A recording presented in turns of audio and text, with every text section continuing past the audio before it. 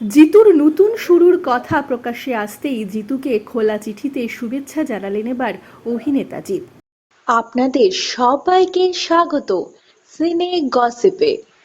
জুলাই মাসের শুরুতেই জিৎ ঘোষণা করেছেন তিনি একটি স্বেচ্ছাসেবী সংস্থা খুলেছেন। তার এই সংস্থার নাম Jeetu Kamal and the universe social trust. এই সংস্থা আর্থিকভাবে পিছিয়ে থাকা মানুষদের সাহায্য করবে।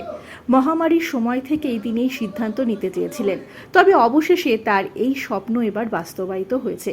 জিতুর এই পরিকল্পনার কথা জানাজানি হতেই তাকে শুভেচ্ছা জানালেন খোলা চিঠির মাধ্যমে অভিনেতা জিৎ। সামাজিক মাধ্যমে জিতের লেখা চিঠি এলো প্রকাশ্যে, যেখানে দেখা গেছে জিৎ লিখেছেন, জিতুর উদ্দেশ্যে তোমার সঙ্গে আমার প্রথম আলাপ হয়েছিল স্মার্ট জরি অনুষ্ঠানে। তখন থেকেই একজন শিল্পী ছাড়াও একজন মানুষ হিসেবে তোমাকে যতটুকু জানার সুযোগ হয়েছে ততটুকু ভালো লেগেছে। তোমার একটা বিষয় ভীষণ পছন্দ করি, তুমি খুব স্পষ্টবাদী, নিজের কথা খুব পরিষ্কারভাবে বলো, নিজের মতামত নির্দ্বিধায় প্রকাশ করো। এই সততাই তোমাকে অন্যদের থেকে আলাদা করে।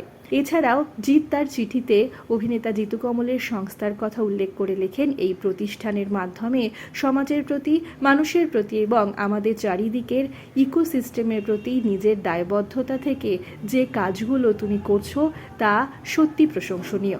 অনেকেই তো নিজের জন্য বাঁচে, কিন্তু কিছু মানুষ আছে যারা অন্যের জন্য বাঁচে, সমাজের জন্য কাজ করে, মানুষের মুখে হাসি ফোটানোর চেষ্টা করে, আর সেই কাজে যে আনন্দ, যে তৃপ্তি তার একমাত্র সেই মানুষই অনুভব করতে পারে। এছাড়াও অভিনেতা জিৎ তার খোলা চিঠিতে আরও লেখেন, এমন মানুষ আমাকে ভীষণ প্রেরণা দেয়।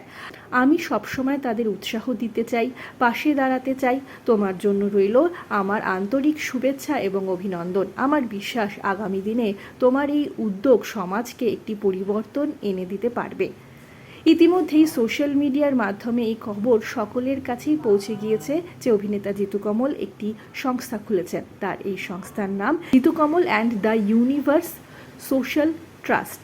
টলিপাড়ার কলাকুশলীদের পাশে দাঁড়ানোর জন্যই মূলত খোলা এই সংস্থা। আনুষ্ঠানিকভাবে এই সংস্থা কাজ শুরু করবে আগামী 11 জুলাই থেকে। জিতু কমলের কথায় অনেকেই তাকে উপহার পাঠান, পাশাপাশি টাকাও পাঠান। কাউকে অসম্মান করতে না চেয়ে তিনি টাকাগুলি ফেরত পাঠান না, কিন্তু একটা সময় অভিনেতার মনে হয়েছে ওই টাকাগুলি যদি ভালো কাজে ব্যবহার করা যেতে পারে তাহলে খুবই ভালো হয়।